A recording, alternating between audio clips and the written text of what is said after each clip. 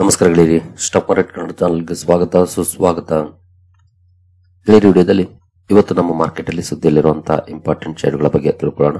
ಜೊತೆಗೆ ಇವತ್ತಿನ ನಮ್ಮ ಮಾರ್ಕೆಟ್ ಪರ್ಫಾರ್ಮೆನ್ಸ್ ನ ಬಗ್ಗೆ ನಮ್ಮ ಗಿಫ್ಟ್ ನಿಫ್ಟಿ ಯಾವ ಇಂಡಿಕೇಶನ್ ಕೊಡ್ತಾ ಇದೆ, ಏಷ್ಯನ್ ಮಾರ್ಕೆಟ್ಸ್ ಯಾವ ರೀತಿ ಟ್ರೇಡ್ ಆಗ್ತಿದೆ, ಪಾಸಿಟಿವ್ ಇದೆಯಾ ನೆಗೆಟಿವ್ ಇದೆಯಾ ಇದ್ರ ಬಗ್ಗೆ ಕೂಡ ತಿಳ್ಕೊಳ್ಳೋಣ. ಹಾಗೆ ಆಸ್ ಯೂಶುವಲ್ ಮುಂದುವರಿಯ ಮುಂಚೆ ಡಿಸ್ಕ್ಲೇಮರ್ ಕೊಡ್ಲಿಕ್ಕೆ ಇಷ್ಟಪಡ್ತೀನಿ.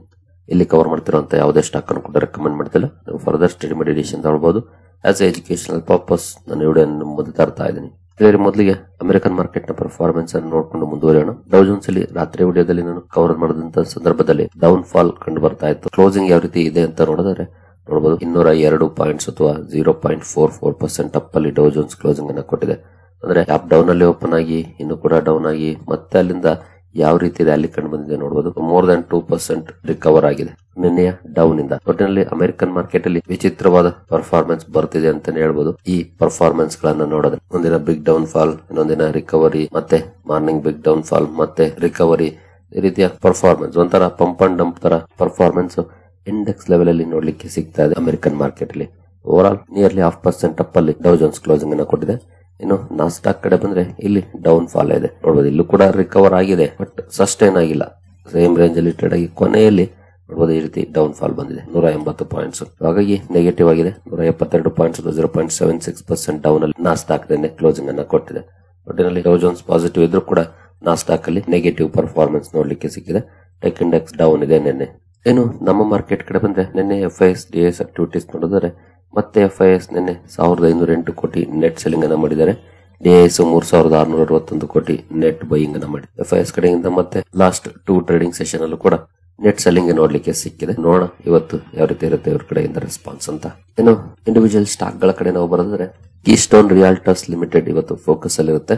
ಕಾರಣ ಕಂಪನಿ OFS ಅನ್ನು ಅನೌನ್ಸ್ ಮಾಡಿದೆ. ಕಂಪನಿಯ ಪ್ರಮೋಟರ್ಸ್ 3.63% ಸ್ಟೇಕ್ ಅನ್ನ OFS ಮೂಲಕ ಸೇಲ್ ಮಾಡುವಂತ ನಿರ್ಧಾರವನ್ನು ಮಾಡಿದ್ದಾರೆ. ಹಾಗಾಗಿ OFS ಅನೌನ್ಸ್ ಮಾಡಿದೆ. ಇವತ್ತಿಂದ ಓಪನ್ ಆಗ್ತಾ ಇದೆ. ಇವತ್ತು ಇನ್ಸ್ಟಿಟ್ಯೂಷನ್ಸ್ ಗೆ ಓಪನ್ ಇರುತ್ತೆ. ನಾಳೆ ರಿಟೇಲ್ ಇನ್ವೆಸ್ಟರ್ಸ್ ಕೂಡ ಪಾರ್ಟಿಸಿಪೇಟ್ ಮಾಡಬಹುದಾಗಿರುತ್ತೆ. ನಿನ್ನೆ ಕ್ಲೋಸಿಂಗ್ ಪ್ರೈಸ್ ಅಂತೂ ಅದಕ್ಕೆ 10% ಡಿಸ್ಕೌಂಟ್ ಅಲ್ಲಿ ಕಂಪನಿ ಶೇರ್ಸ್ ಅನ್ನು ಆಫರ್ ಮಾಡ್ತಾ ಇದೆ. ಈ ಸುದ್ದಿ ಕಾರಣಕ್ಕೆ ಸ್ಟಾಕ್ ಫೋಕಸ್ ಅಲ್ಲಿ ಇರುತ್ತೆ. ಅಬ್ಸರ್ವ್ ಮಾಡಬಹುದು ಕೀಸ್ಟೋನ್ ರಿಯಾಲ್ಟರ್ಸ್ ಅಲ್ಲಿ ಯಾವ ರೀತಿ ಪರ್ಫಾರ್ಮೆನ್ಸ್ ಬರುತ್ತೆ ಇವತ್ತು ಅಂತ. ಹಾಗೆ ನಿನ್ನೆ ಹಲವಾರು ಕಂಪನಿಗಳು Q2 ರಿಸಲ್ಟ್ಸ್ ಅನ್ನು ಅನೌನ್ಸ್ ಮಾಡಿದ್ದು. ಅವುಗಳನ್ನು ನಾನು ಮತ್ತೆ ಇಲ್ಲಿ ರಿಪೀಟ್ ಮಾಡಕ್ ಹೋಗ್ತಿಲ್ಲ. ಯಾಕೆ ಅಂತಂದ್ರೆ ರಾತ್ರಿ ವಿಡಿಯೋದಲ್ಲಿ ಈಗಾಗಲೇ ಕವರ್ ಮಾಡಿದ್ದೀನಿ. ಈ ವಿಡಿಯೋದಲ್ಲೇ ನಾನು ಟಾಟಾ ಮೋಟಾರ್ಸ್ ಬಗೆಗಿನ ಸುದ್ದಿ ಹಾಗೆ ಇನ್ನಿತರೆ ರಿಸಲ್ಟ್ಸ್ ಗಳನ್ನು ಕೂಡ ನಾನು ಕವರ್ ಮಾಡಿದ್ದೀನಿ. ಹಾಗಾಗಿ ಇಲ್ಲಿವರೆಗೂ ವಿಡಿಯೋ ನೋಡಿಲ್ಲ ಅಂತಂದ್ರೆ ನೋಡಿ, ನಿನ್ನೆಯ ರಿಸಲ್ಟ್ಸ್ ಗಳನ್ನ ಈಗಾಗಲೇ ನಾನು ಕವರ್ ಮಾಡಿದ್ದೀನಿ. ಏನು ಬೇರೆ ಸ್ಟಾಕ್ ಗಳ ಕಡೆ ನಾವು ಬರೋದ್ರೆ ನವನೀತ್ ಎಜುಕೇಶನ್ ಲಿಮಿಟೆಡ್ ಕೂಡ ಸುದ್ದಿಯಲ್ಲಿರುತ್ತೆ ಇವತ್ತು. ಕಾರಣ ಕಂಪನಿ ಗುಜರಾತ್ ಅಲ್ಲಿ ಮ್ಯಾನುಫ್ಯಾಕ್ಚರಿಂಗ್ ಯೂನಿಟ್ ಅನ್ನು ಸೆಟಪ್ ಮಾಡಿದೆ. ಪ್ಲಾಸ್ಟಿಕ್ ಮೌಲ್ಡಿಂಗ್ ಮ್ಯಾನುಫ್ಯಾಕ್ಚರಿಂಗ್ ಯೂನಿಟ್ ಅನ್ನು ಸೆಟಪ್ ಮಾಡಿದೆ. ಈ ಸುದ್ದಿ ಕಾರಣಕ್ಕೆ ನವನೀತ್ ಎಜುಕೇಶನ್ ಲಿಮಿಟೆಡ್ ಕೂಡ ಫೋಕಸ್ ಇರುತ್ತೆ. ಈ ಸ್ಟಾಕ್ ಅನ್ನು ಸಹ ಅಬ್ಸರ್ವ್ ಮಾಡಬಹುದು. ಮಾರ್ಕೆಟ್ ಯಾವ ರೀತಿ ರಿಯಾಕ್ಟ್ ಮಾಡುತ್ತೆ ಈ ಡಿಸಿಷನ್ ಗೆ ಅಂತ. ನಂತರ ಸೊನಾಟಾ ಸಾಫ್ಟ್ವೇರ್ ಲಿಮಿಟೆಡ್ ಸುದ್ದಿಯಲ್ಲಿರುತ್ತೆ.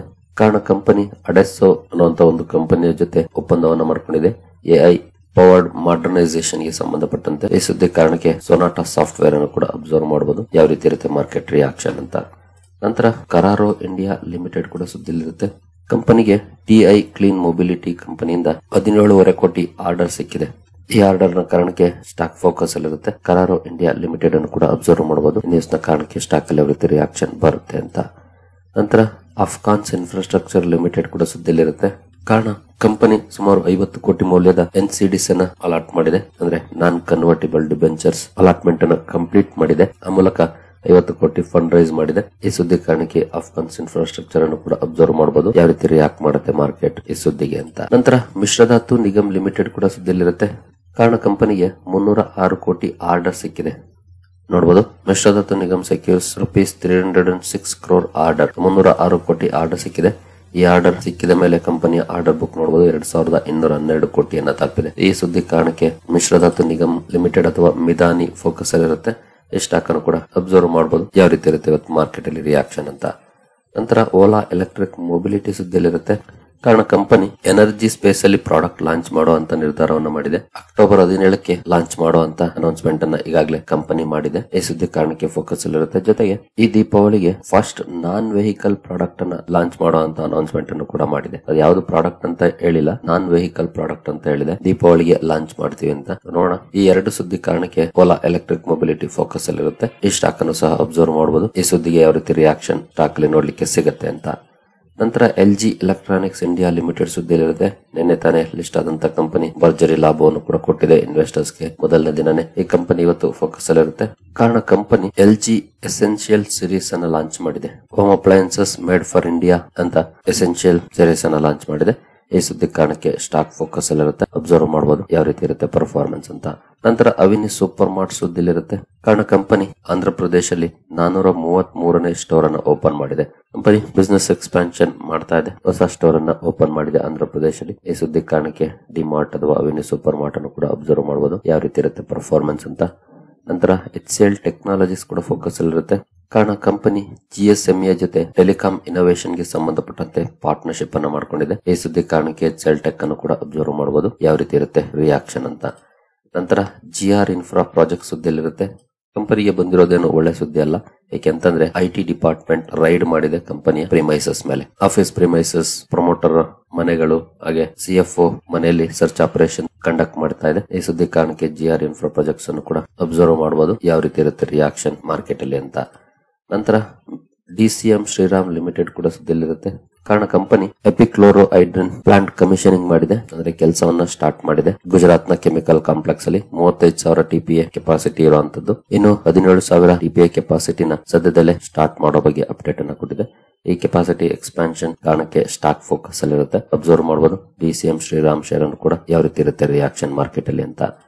ನಂತರ ಕ್ರಾಂಪ್ಟನ್ ಗ್ರೀವ್ಸ್ ಕನ್ಸ್ಯೂಮರ್ ಎಲೆಕ್ಟ್ರಿಕಲ್ಸ್ ಕೂಡ ಫೋಕಸ್ ಅಲ್ಲಿರುತ್ತೆ. ಕಾರಣ ಕಂಪನಿ ಸ್ಟಾರ್ ಪರಂ JB ಡೌನ್ ಲೈಟರ್ ಲಾಂಚ್ ಮಾಡಿದೆ. ಡೊಮೆಸ್ಟಿಕ್ ಮಾರ್ಕೆಟ್ ಗಾಗಿ ಲೈಟಿಂಗ್ ಸೊಲ್ಯೂಷನ್ಸ್ ಲಾಂಚ್ ಮಾಡಿದೆ. ಈ ಸುದ್ದಿ ಕಾರಣಕ್ಕೆ ಕ್ರಾಂಪ್ಟನ್ ಗ್ರೀವ್ಸ್ ಅನ್ನು ಕೂಡ ಅಬ್ಸರ್ವ್ ಮಾಡಬಹುದು ಯಾವ ರೀತಿ ಇರುತ್ತೆ ಪರ್ಫಾರ್ಮೆನ್ಸ್ ಇವತ್ತು ಮಾರ್ಕೆಟ್ ಅಲ್ಲಿ ಅಂತ. ನಂತರ ಲೆಮನ್ ಟ್ರೀ ಹೋಟೆಲ್ಸ್ ಕೂಡ ಸುದ್ದಿಲಿರುತ್ತೆ. ಕಾರಣ ಕಂಪನಿ ಗುಜರಾತ್ ಅಲ್ಲಿ 54 ಹೋಟೆಲ್ ರೂಮ್ ಕೆಪಾಸಿಟಿ ಇರುವಂತ ಹೋಟೆಲ್ ಜೊತೆ ಒಪ್ಪಂದವನ್ನ ಮಾಡ್ಕೊಂಡಿದೆ. ಈ ಸುದ್ದಿ ಕಾರಣಕ್ಕೆ ಲೆಮನ್ ಟ್ರೀ ಕೂಡ ಅಬ್ಸರ್ವ್ ಮಾಡಬಹುದು ಯಾವ ರೀತಿ ಇರುತ್ತೆ ರಿಯಾಕ್ಷನ್ ಅಂತ. ಇನ್ನು ರಿಸಲ್ಟ್ಸ್ ಕ್ಯಾಲೆಂಡರ್ ಕಡೆ ಬಂದ್ರೆ ಇವತ್ತು ಕೂಡ ಹಲವಾರು ಕಂಪನಿಗಳು ರಿಸಲ್ಟ್ ಅನ್ನು ಅನೌನ್ಸ್ ಮಾಡ್ತಾ ಇದ್ದಾವೆ. ಏಂಜಲ್ ಒನ್ ರಿಸಲ್ಟ್ ಇದೆ ನೋಡಬಹುದು, ಆಕ್ಸಿಸ್ ಬ್ಯಾಂಕ್ ಇದೆ, ಡೆಲ್ಟಾ ಕಾರ್ಪ್ ರಿಸಲ್ಟ್ ಇದೆ, ನಂತರ ಆತ್ವೆ ಇದೆ, HDB ಫೈನಾನ್ಷಿಯಲ್ ಸರ್ವಿಸಸ್ ನ ರಿಸಲ್ಟ್ ಇದೆ, HDFC AMC ಇದೆ, HDFC ಲೈಫ್ ಇದೆ, ಹೆರಿಟೇಜ್ ಫುಡ್ ನ ರಿಸಲ್ಟ್ ಇದೆ, IRFC ರಿಸಲ್ಟ್ ಇದೆ, KEI ಇಂಡಸ್ಟ್ರೀಸ್ ಇದೆ, KSolves ಇದೆ, ಹಾಗೆ ಮುತ್ತೂಟ್ ಕ್ಯಾಪಿಟಲ್ ಇದೆ, ನೆಟ್ವರ್ಕ್ 18 ಇದೆ, ನೋವಾಕೋ ಕ್ವಿಕೇಲ್ ಇದೆ, ರೋಸಾರಿ ಬಯೋಟೆಕ್ ಇದೆ, ಟಾಟಾ ಕಮ್ಯುನಿಕೇಶನ್ಸ್ ನ ರಿಸಲ್ಟ್ ಇದೆ, ಟಿಪ್ಸ್ ಮ್ಯೂಸಿಕ್ ರಿಸಲ್ಟ್ ಇದೆ, ಊರ್ಜಾ, ಯಶ್ ಕೆಮಿಕಲ್ಸ್ ಈ ಎಲ್ಲ ಕಂಪನಿಗಳ ರಿಸಲ್ಟ್ ಇದೆ. ಇವುಗಳನ್ನು ಸಹ ಅಬ್ಸರ್ವ್ ಮಾಡಬಹುದು. ಡ್ಯೂರಿಂಗ್ ಮಾರ್ಕೆಟ್ ರಿಸಲ್ಟ್ ಬಂದ್ರೆ ಇಮಿಡಿಯೇಟ್ಲಿ ರಿಯಾಕ್ಷನ್ ಕೂಡ ಮಾರ್ಕೆಟ್ ಅಲ್ಲಿ ನೋಡ್ಲಿಕ್ಕೆ ಸಿಗುತ್ತೆ. ಆಫ್ಟರ್ ಮಾರ್ಕೆಟ್ ರಿಸಲ್ಟ್ ಬಂದ್ರೆ ನಾಳೆ ರಿಯಾಕ್ಷನ್ ನೋಡ್ಲಿಕ್ಕೆ ಸಿಗುತ್ತೆ. ಎಸ್ಪೆಷಲಿ ನೀವು ಇನ್ವೆಸ್ಟ್ ಮಾಡಿರುವಂತ ಕಂಪನಿ ಯಾವ್ದಾದ್ರು ಈ ಲಿಸ್ಟ್ ಅಲ್ಲಿ ಇದ್ರೆ ಅಥವಾ ಇನ್ವೆಸ್ಟ್ ಮಾಡಬೇಕು ಅಂದ್ಕೊಂಡಿರೋ ಕಂಪನಿ ಈ ಲಿಸ್ಟ್ ಅಲ್ಲಿ ಇದ್ರೆ ಮಿಸ್ ಮಾಡದೆ ರಿಸಲ್ಟ್ಸ್ ಅನ್ನ ಚೆಕ್ ಮಾಡಿ. ಯಾಕಂದ್ರೆ ರಿಸಲ್ಟ್ಸ್ ನಮಗೆ ಇಂಪಾರ್ಟೆಂಟ್ ಇನ್ಪುಟ್ಸ್ ಅನ್ನ ಕೊಡೋದು. ನಾನು ಸಾಧ್ಯವಾದಷ್ಟು ಕಂಪನಿಗಳ ನಂಬರ್ಸ್ ಅನ್ನ ಕವರ್ ಮಾಡುವಂತ ಪ್ರಯತ್ನವನ್ನ ಮಾಡ್ತೀನಿ, ಬಟ್ ನೀವು ಕೂಡ ಚೆಕ್ ಮಾಡಬೇಕು ಮಿಸ್ ಮಾಡದೆ. ಇನ್ನು ನೆಕ್ಸ್ಟ್ ಪ್ರೈಮರಿ ಮಾರ್ಕೆಟ್ ಕಡೆ ಬಂದ್ರೆ ಮಿಡ್ ವೆಸ್ಟ್ IPO ಇವತ್ತಿಂದ ಓಪನ್ ಆಗ್ತಾ ಇದೆ. ಗ್ರೇ ಮಾರ್ಕೆಟ್ ಪ್ರೀಮಿಯಂ ನೋಡಬಹುದು 145 ರೂಪೀಸ್ ಇದೆ, ಅಂದ್ರೆ 13.62% ಇದೆ. ಯಾಕಂದ್ರೆ ಇಶ್ಯೂ ಪ್ರೈಸ್ 1065 ಇದೆ, ಹಾಗಾಗಿ 13.62% ಗ್ರೇ ಮಾರ್ಕೆಟ್ ಅಲ್ಲಿ ಪ್ರೀಮಿಯಂ ಆಸ್ ಆಫ್ ನೋಡ್ಲಿಕ್ಕೆ ಕಾಣ್ತಾ ಇದೆ. ಮಿಡ್ ವೆಸ್ಟ್ IPO ದಲ್ಲಿ ಇಂಟ್ರೆಸ್ಟ್ ಇರೋರು ಸ್ಟಡಿ ಮಾಡಬಹುದು. ಇವತ್ತಿಂದ ಓಪನ್ ಆಗ್ತಾ ಇದೆ, 17ನೇ ತಾರೀಕುವರೆಗೂ ಓಪನ್ ಇರುತ್ತೆ. ಇನ್ನು ಗಿಫ್ಟ್ ನಿಫ್ಟಿ ಕಡೆ ಬಂದ್ರೆ ಗಿಫ್ಟ್ ನಿಫ್ಟಿಯಲ್ಲಿ ಯಾವ ರೀತಿ ಪರ್ಫಾರ್ಮೆನ್ಸ್ ಇದೆ ಅಂತ ನೋಡಬಹುದು. 88 ಪಾಯಿಂಟ್ಸ್ 0.35% ಅಪ್ ಅಲ್ಲಿ ಗಿಫ್ಟ್ ನಿಫ್ಟಿ ಟ್ರೇಡ್ ಆಗ್ತಾ ಇದೆ. ಹಾಗೆ ಏಷ್ಯನ್ ಮಾರ್ಕೆಟ್ ಗಳ ಪರ್ಫಾರ್ಮೆನ್ಸ್ ಅನ್ನು ನೋಡಿದ್ರೆ ಚೆನ್ನಾಗಿದೆ. ಜಕಾರ್ತಾ ಕಾಂಪೋಸಿಟ್ ಮಾತ್ರ ನಿಯರ್ಲಿ 2% ಡೌನ್ ಅಲ್ಲಿ ಟ್ರೇಡ್ ಆಗ್ತಿದೆ. ಇನ್ನೆಲ್ಲ ಮಾರ್ಕೆಟ್ಸ್ ಪಾಸಿಟಿವ್ ಅಲ್ಲಿ ಇದೆ. ಗಿಫ್ಟ್ ನಿಫ್ಟಿಯಲ್ಲೂ ಕೂಡ ತುಂಬಾ ಒಳ್ಳೆ ಪರ್ಫಾರ್ಮೆನ್ಸ್ ನೋಡ್ಲಿಕ್ಕೆ ಸಿಗ್ತಾ ಇದೆ. ಹಾಗೆ ಡೌ ಜೋನ್ಸ್ ಫ್ಯೂಚರ್ಸ್ ಅಲ್ಲೂ ಕೂಡ ಸ್ವಲ್ಪ ಮಟ್ಟಿಗೆ ಪಾಸಿಟಿವ್ ಪರ್ಫಾರ್ಮೆನ್ಸ್ ಇದೆ. ಏನೋ ಕ್ರೂಡ್ ಅಲ್ಲಿ ಸ್ವಲ್ಪ ಡೌನ್ ಫಾಲ್ ಇದೆ 0.08%, ಬಟ್ ಗೋಲ್ಡ್ ಅಲ್ಲಿ ರೆಕಾರ್ಡ್ ರ್ಯಾಲಿ ಕಂಟಿನ್ಯೂ ಆಗ್ತಾ ಇದೆ. ನಿಯರ್ಲಿ 1% ಅಪ್ ಅಲ್ಲಿ ಗೋಲ್ಡ್ ಟ್ರೇಡ್ ಆಗ್ತಿದೆ ಆಸ್ ಆಫ್ ನಾವು ನೋಡಬಹುದು ಇವತ್ತು. ಇನ್ನು USD INR ನೋಡಿದ್ರೆ ವೀಕ್ನೆಸ್ ಕಂಟಿನ್ಯೂ ಆಗ್ತಾ ಇದೆ ನೋಡಬಹುದು. ಇವತ್ತು ಕೂಡ 0.12% ನಿನ್ನೆ 0.12% ಡೆಪ್ರಿಶಿಯೇಟ್ ಆಗಿದೆ ರೂಪಿ ಡಾಲರ್ ಎದುರುಗಡೆ. ಇಂಡಿಕೇಶನ್ ಪಾಸಿಟಿವ್ ಇದೆ. ಗ್ಯಾಪ್ ಅಪ್ ಅಲ್ಲಿ ಓಪನ್ ಆಗುವಂತ ಲಕ್ಷಣ ಆಸ್ ಆಫ್ ನಾವು ಕಾಣ್ತಾ ಇದೆ. ನಮ್ಗೆ ಇಂಪಾರ್ಟೆಂಟ್ ಆಗೋದು ಕ್ಲೋಸಿಂಗ್. ನೋಡೋಣ ಕ್ಲೋಸಿಂಗ್ ಯಾವ ರೀತಿ ಇರುತ್ತೆ ಅಂತ. ಸದ್ಯದ ಮಟ್ಟಿಗಂತೂ ಒಳ್ಳೆ ಸುದ್ದಿ ಇದೆ ಮಾರ್ಕೆಟ್ಗೆ. ಏಷ್ಯನ್ ಮಾರ್ಕೆಟ್ಸ್ ಹಾಗೂ ಗಿಫ್ಟ್ ನಿಫ್ಟಿ ಎರಡು ಕೂಡ ಪಾಸಿಟಿವ್ ಅಲ್ಲಿ ಟ್ರೇಡ್ ಆಗ್ತಿದ್ದಾವೆ. ಜೊತೆಗೆ ನಿನ್ನೆ ಕೆಲವು ಸುದ್ದಿಗಳು ಕೂಡ ಬಂದು. IMF ಕೂಡ ಭಾರತದ GDP ಗ್ರೋತ್ ಫೋರ್ಕಾಸ್ಟ್ ಅನ್ನ ಅಪ್ಗ್ರೇಡ್ ಮಾಡಿತ್ತು 6.4 ಇಂದ 6.6% ಗೆ. ಆ ರೀತಿ ಕೆಲವು ಒಳ್ಳೆ ಸುದ್ದಿಗಳು ಕೂಡ ಇದಾವೆ. Let's hope for the best. ಸರಿಗಳೇರಿ, ಈ ಎಲ್ಲ ಅಪ್ಡೇಟ್ಸ್ ನಿಮ್ಗೆ ಇಷ್ಟ ಆಗಿದೆ ಅನ್ಕೊಳ್ತೀನಿ. ಮುಂದಿನ ವಿಡಿಯೋದಲ್ಲಿ ಸಿಗೋಣ. ಅಲ್ಲಿವರೆಗೂ ಜೈ ಹಿಂದ್, ಜೈ ಕರ್ನಾಟಕ.